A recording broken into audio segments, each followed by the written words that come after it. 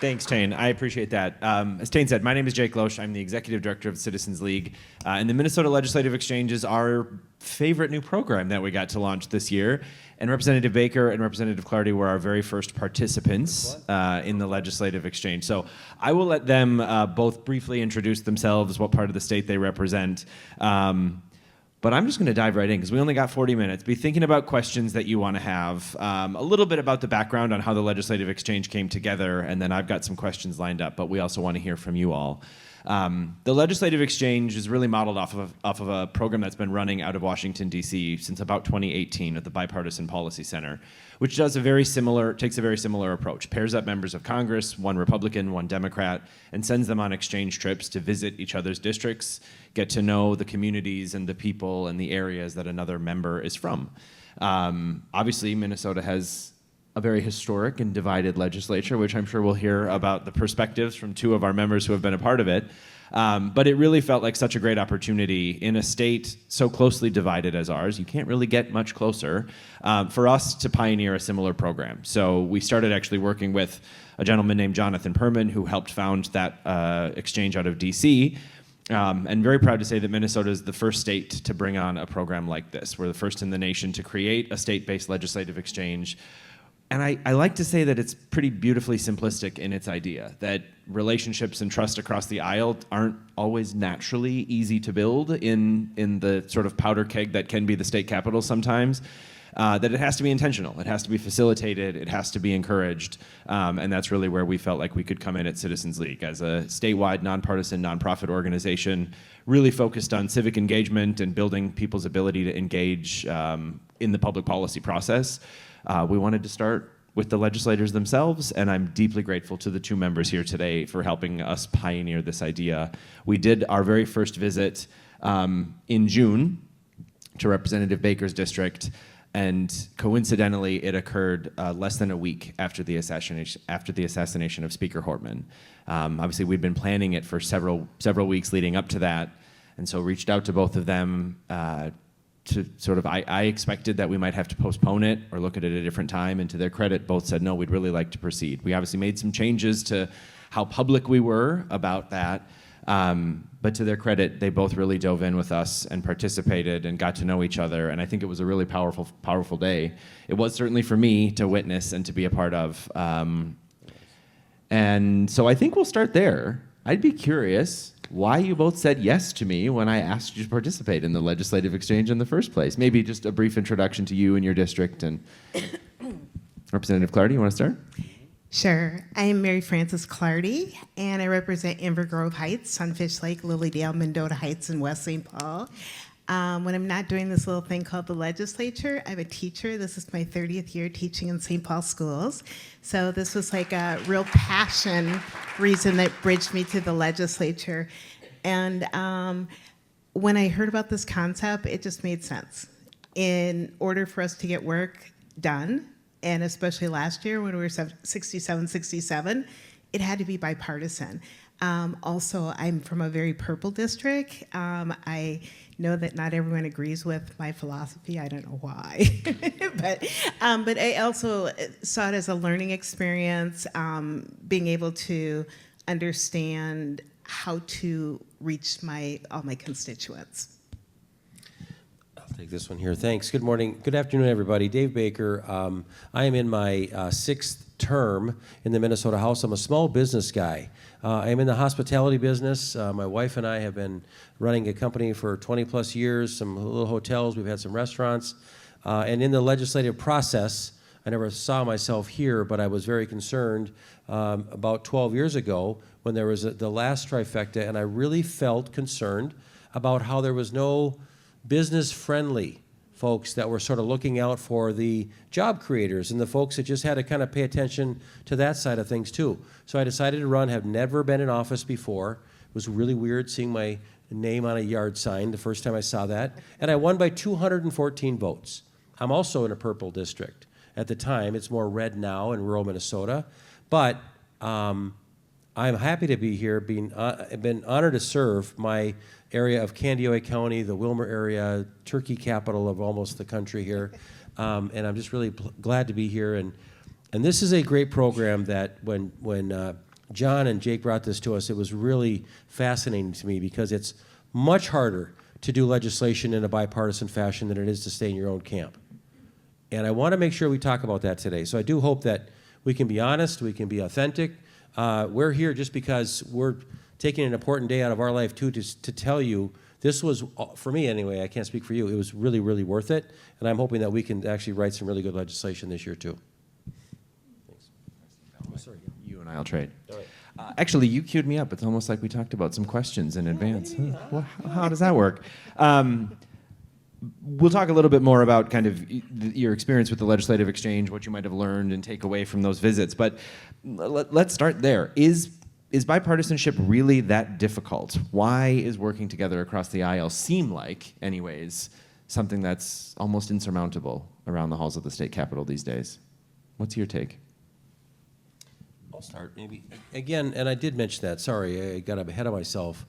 Because again, I've worked on some legislation that has been nation-leading around the opioid work. Minnesota was the first state to get a larger licensing fee from pharmaceutical companies.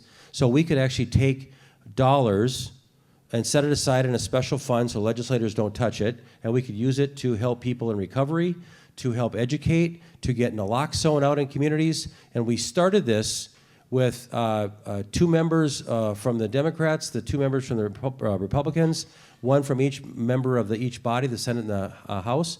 And the 4 of us really worked hard to kind of come up with some compromising to make sure that it could pass all 4 caucuses. It didn't get by my caucus the first time around. And I was very angry with my caucus because I couldn't get it through. It took me a year. It took the DFL majority at that time to kind of get it through. But it just, again, sometimes it just takes a little more time to cook. But writing bills with balanced approaches to these things make them better. We did make changes that next year. I think the bill was much better too. So again, but my good friend Liz Olson from Duluth was my co-heart on this thing and as a DFL member from Duluth. And again, it's one of the best moments that I have had. And I think that's what keeps driving me to come to things like this. And getting to know Mary Frances was a very good thing for me because now I've got more members that I can work with. And her knowledge about education is really deep. And I didn't know that until we started talking about this. So that's why I think this is important work to do because it makes our bills better. Working bipartisan can be very difficult. We have to remember that, like with my purple district or his purple district, we represent both sides.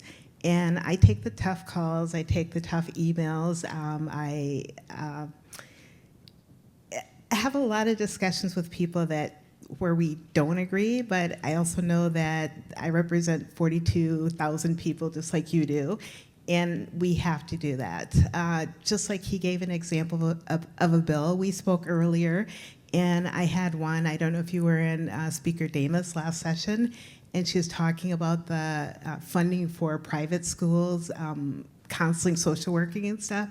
That was one of my bills that I couldn't get across from my side, and there were some votes on the Republican side, but ultimately, all their little kids, Republicans and Democrats, they play together on the playground, right? But it ended up being a totally partisan issue for it not going through instead of thinking what the main issue is. So working together on programs like this, I hope we can see the humanity in our bills. I mean, you've heard a couple examples from them there. Bipartisanship does happen. There's a lot of work behind the scenes, but that's not always the most attention-grabbing thing, right? It's not always what's going to be in the headlines you might read, or it might just not be the sort of bills that catch as much attention. But there is a lot of that work behind the scenes. But I would also venture to guess, Representative Baker, that it might feel like there's a little bit less of that than it was when you first started. What's your take on how things have changed over the last 6 terms that you've been there? And that's a great question, actually. I think what I have seen is just the type of members that are there are just more extreme on both ends. It's the folks that are engaging and getting involved, and they're angry, So they're willing to stand up and run for office, and then they win in those districts. But then I think when they get there, they don't understand the part of the listening and the openness that you kind of need to have, and you can't just be a member for one or two issues. I think that's a huge mistake. And I hope that voters, if they pay attention to what MinnPost writes and how these things are talked about, they start paying attention to the person they want to vote for, and then how open are they to discussing things that can actually work across both sides of things. Because if you're just so dug in and you have no ability to take off your blinders, you are not going to get good outcomes, because you're going to have a lot of stubborn disasters and inaction, and that is not a way to, I think, run a statewide a policy that we have to have it work for everybody. It is way different in International Falls than it is in Moorhead and Mankato and Minneapolis. It's much different. We have to just recognize that, and that's, to me, kind of what the role of a governor is too, to kind of help, let's bring it all together, because that one position represents every single person in Minnesota. So that's what I've seen in the past. I think, Jake, is the people that are coming in now are more extreme, more focused, are not willing to work across like I've seen the first few years. And I'm smiling because he's talking about both sides. Yes, I am. So we do see this. And then just to kind of lift up, there is some legislation that we're able to work together on collaboratively, like the READ Act, which a lot of you've heard of, and that is bipartisan piece. I know that we've done some critical stuff around education, like just formatting school days differently, or just getting like a licensure program, apprenticeship program, which was basically two bipartisan bills that went through that. And then some issues around like veterans. Again, it was kind of a real neutral ground, like make sure the veterans get fed. So those are the kind of things that are getting passed that aren't getting the big publicity about it, but we are working together.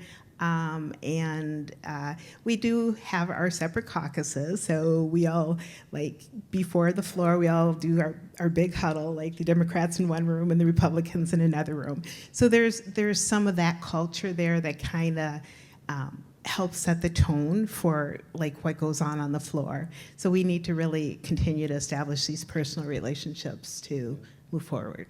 I think it's a really important point to point out. I mean, there's a lot of factors of the way our system and state government is set up in Minnesota that actually make bipartisanship and building relationships more difficult. It's a part-time legislature. They're only there for maybe 5 months. This coming session, probably even less.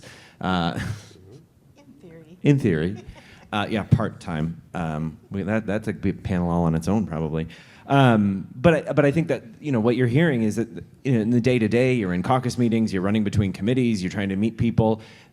All the advocates and organizations that are coming into you, knock on your door and try and meet with you, there's not a whole lot of time to get to know a lot of your colleagues. And that's one thing that we've certainly heard.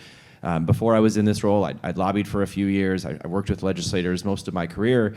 That it is, it's not that there's not a desire to build those relationships. It's just that in the course of a legislative session and the chaos of the Capitol, that it's not always possible, which is where it really felt like a great opportunity for us to coordinate this program. I should have said this at the end, or at the beginning. Representative Baker and Clardy are not the only members who participated. We've done 4 exchange trips so far. Representative Feist and Perryman, we were up in St. Cloud with Representative Perryman's district in July. And just earlier this week, we were up on the Iron Range with Representative Cal Warwas and Anam Mahmoud from South Minneapolis. We did some tours up in the mines. It's been an incredible journey for us too, because I get to go along and learn just along with the legislators.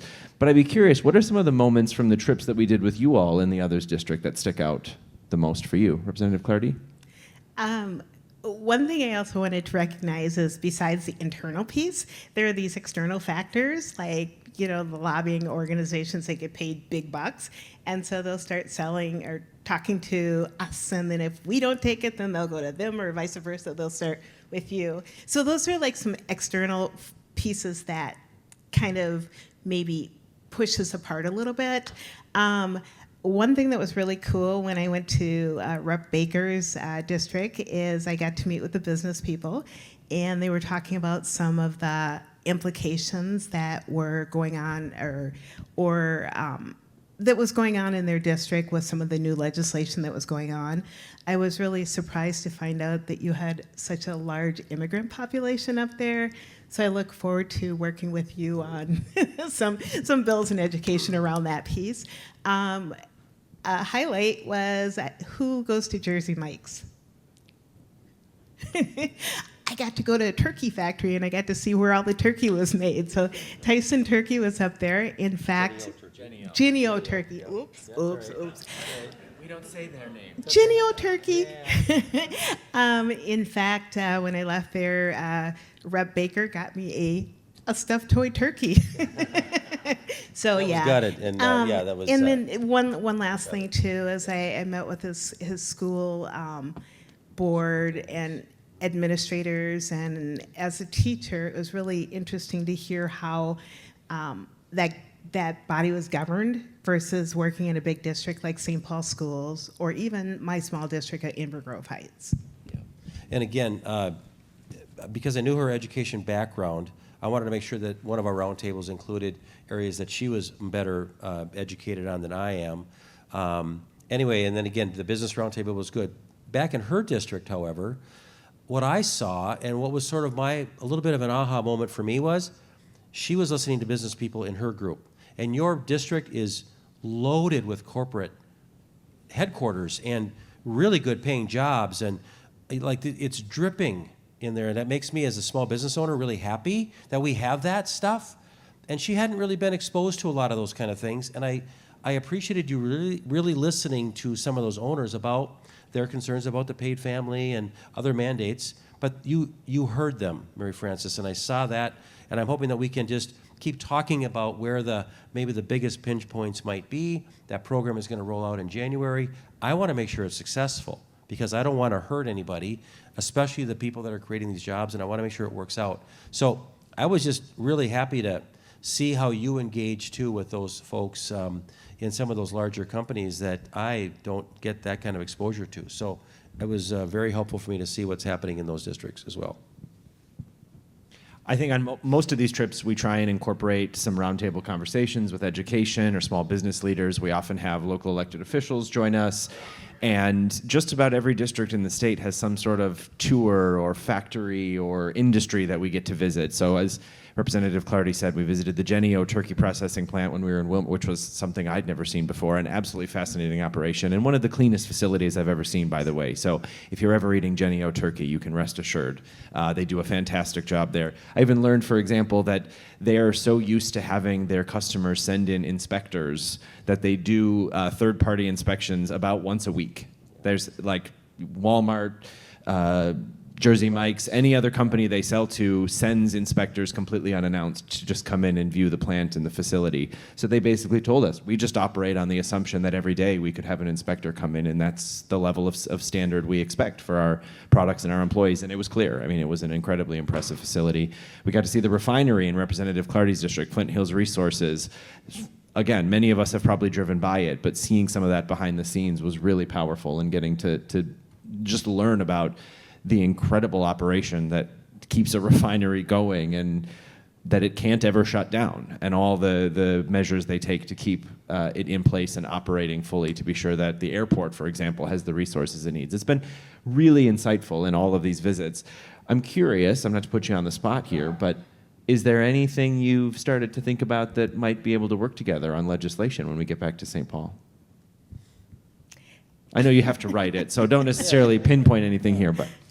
Well, couple things. Since I'm an educator and looking at the working population that your district has, a very large immigrant population, I'm real vested in the second language programs and making sure the funding's there, and then also making sure that the there's enough money there. Okay, so that's like one of them.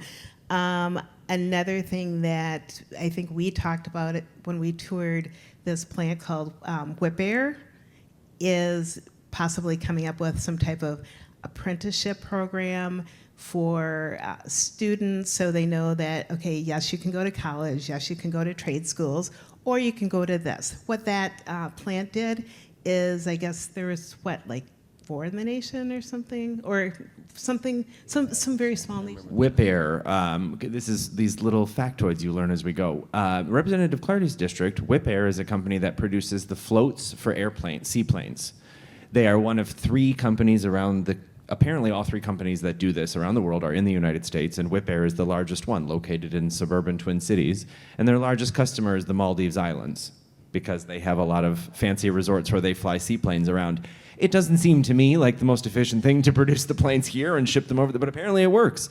But these are little, things you learn and realize as we're exploring what really, and they employ several hundred people in your district. Really interesting to learn about, and they took us on a great tour of their facility. And then one last one. Rep. Baker has been very involved with opioids. And so we have a police department that's very interested in doing a program with the fire department to help mitigate some of the issues there. And I can really rely on his expertise in that area on how to get that kind of program established. And again, for me, I don't know if I have anything specific. Again, I kind of work I'm the co-chair of the Workforce and Labor Committee. Again, I care a lot about just the workforce mandates and how labor works. But what we're doing here, though, is we're establishing something that is the most important asset to have, and that's trust. If we don't trust each other to sit down and start talking about things that, whether I know it's important to you and I want to help you get there, because if you can sell me on it, that's one vote that you need. That's the only vote you might need if you get all of your side on it. Same thing on your side. But if she trusts me to work hard to try to get a few more of my members and vice versa, I am worried about paid family and how it's rolling out in the size that it is to all businesses and all nonprofits and all union shops. That isn't necessarily going to be an easy fix. We might need to make some tweaks to this good program that has some really good benefits, but it may not work for everybody, and I'm hoping that as we kind of move forward, we can talk about some of those areas that we can agree on that might need some tweaking. And again, when either one of us kind of sticks our head up above the fray or above the water line, we could get it whacked off from one of our members in our own caucus, and that's a bit risky. It's not something that you just take for granted. So I don't know what it is, but I hope that this year we can work on a couple of items that we can co-chair, co-author, and actually co-present and show how that can happen. I think that's something we can do. Thank you both. Anyone have any questions? I'll pause for a minute. We've got about 15 minutes up. Yep, coming back to the microphone with you here. I'd like to thank all 3 of you for the work you did before this and for this. It's inspiring. Both of you talked about the sense of anger that comes from the electorate and lands on you. And Rep. Baker, you talked about anger is what actually drove you to this. Fear, more fear. Yep. More fear? Yep. You also talked about the external forces that you have to live with, address, cope with. I'm curious if there's anything you all can do to mitigate that resonance of anger that comes through media, where news isn't news anymore, news is angertainment. And is there anything that you all can do to influence how what you're doing gets reported? Thank you for the question. I think, in my opinion, I do not engage a lot on Twitter or those kind of things. I look at it quickly. I never hardly ever respond or get engaged because I just don't know who to trust anymore. What I know that I can do is try to, keep my balance. I don't want to say something that I can't take back. And my brand in the Minnesota House is all I have. My reputation for Rep. Baker, for being a collaborator, I think has gone over pretty well with most of the members on both sides. And when I was in the majority, I started working on that collaboration right away. So for me, it really frustrates me when I do see the left and right-wing media just going off on their commentaries and how they drip and love President Trump. Like, what are you doing? I mean, I get there's some policies you like, but just don't treat him like he's a saint. And the same thing for me in Minnesota. I don't like how they will praise the governor. There's some real issues, and it goes both ways. It isn't just one side. So I want to make sure that when I see the media and how they kind of do this and what they're searching for, I'm usually the one that's going to be kind of sitting back. I'd rather see my action speak for my words. And so that's what I try to do. I guess I'm kind of leaning toward your question in the sense that honesty, so when we hear stuff, we need to call it out. But it starts with the leadership, like you're referencing, whether it is Trump or Walz. They need to lead, and they need to remember that they are governing for everyone, zip codes, race, orientation, whatever, that they need to do that. But when that's not done, we need to call them out. And I know that's easy to say, and I need to hold myself a little more accountable this year on that specific aspect. So, yeah. I mean, I think a piece of that I would just add, and obviously I'm not one of the elected members, but I think we've all felt how extreme rhetoric can get, and maybe the way people talk online, for example, is not always who they are in person. But that kind of rhetoric matters. It's important. The words we use, the way we talk about our political opponents, it's a big piece of this, because I think for me, I've certainly felt for a long time, and part of the reason that drove me to even want to be involved with Citizens League in the first place when I first joined the board years ago before the organization, I think we've gotten to a point where we sort of are so easy to go back to our own political bubbles, right, with people who think and process information or have similar experiences just like us. We almost lose sense of the humanity of the other side, and that can easily translate into increasingly aggressive and ugly political rhetoric, which unfortunately can be deadly. We've seen the impacts of that and the violence that can come out of that across our society. Minnesota's we've suffered from that here as well. And I think you have two legislators here who take a different approach, who are very thoughtful in the work that they do and are intentionally building relationships. And it means so much to me to be able to sit here and share about this experience with them. And I'm very hopeful that we'll see more legislators continue to take that approach, because I think it's the only way we can push back on some of that more extremism that's really come to infect a lot of our political discourse. I wanted to jump in really quick. Please, yeah. You can walk over there.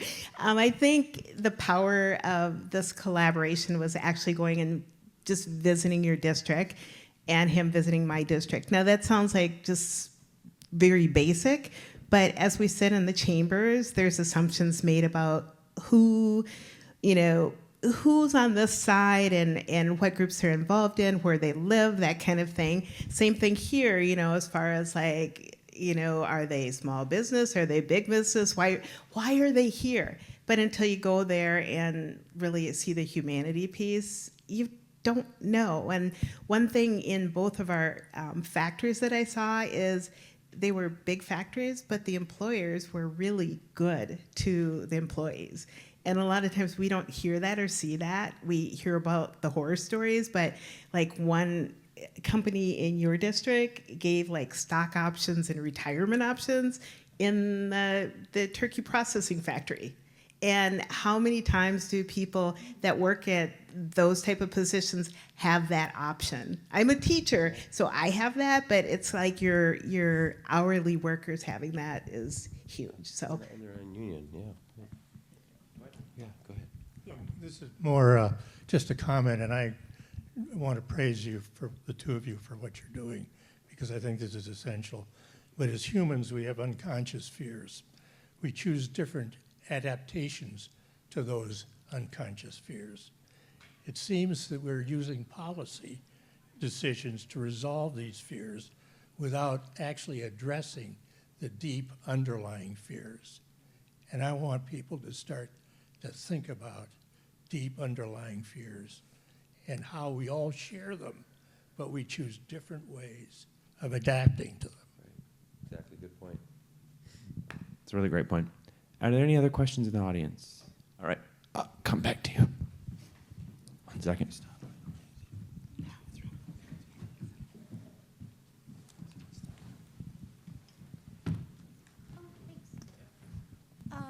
Omnibus bills, why can't we do single issue legislation? That's a great question, and Well, that'll finish us off for the day, no, won't it? It's a good question. And again, I can take that because I've been there longer and I've understood this process more. We are passing a budget right now in our budget year, in the big year when we're there for 5 or 6 months, 5 months, 5.5 if you want us to count some special sessions. We're passing a budget for $60+ billion, and there's a lot to it. There's a lot more eyeballs on what we do now. There's a lot more expectations and accountability. I will tell you that when we get started with new members, you get the committees up to speed, you get rolling, it's about 6 weeks into it, and then you really start kind of getting into the bill and the committee work. I will tell you, and I hope you come down and see us. If you haven't done this, shadow or spend a day with a legislator. See how busy our days are. I have to schedule a bathroom break because we have 15-minute intervals and boom, boom, boom, boom, boom. And especially in that budget season, everybody wants some time and a piece of you. There's no excuse, and we should do it better. Omnibus bills are meant to save time because when you have a large healthcare bill at the end, when you have targets and we're going to spend $10 billion on healthcare, well, everything under that bill should always be related to healthcare because if you did, 250 bills, we would never get off the House floor for debates and so on. They're a necessary evil, but they should not be on multiple subjects. I think that is what the biggest trouble has been. I agree with you. I wish we had more time, but the reality of what I have seen in my last 11 years, we don't have the time to do them all individually. We should do more of them so they're more transparent. But some, honestly, you want to put them together because you've got some poison pills in there for the Democrats or poison pills in there for Republicans. You've got to kind of mix some of it up to get it to pass, or you won't get it to pass. That's my reality of what I've seen. Yeah, I'd agree with that. This is only my second term, but I was thinking of our last education bill, and I had like 6 little bills within that omnibus bill, and a lot of them were technicalities. So that's the why. But the garbage is the stuff that gets voted out of one committee, like voted down in one committee, that's actually ends up shopped around with leadership. Okay, so the leadership needs to lead, right, and not put these in bills where they don't belong.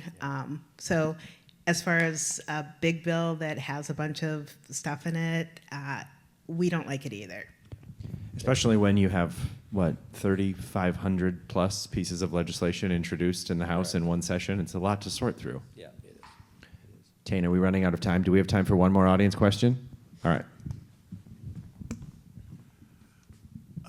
You've talked about how much time, 5.5 months.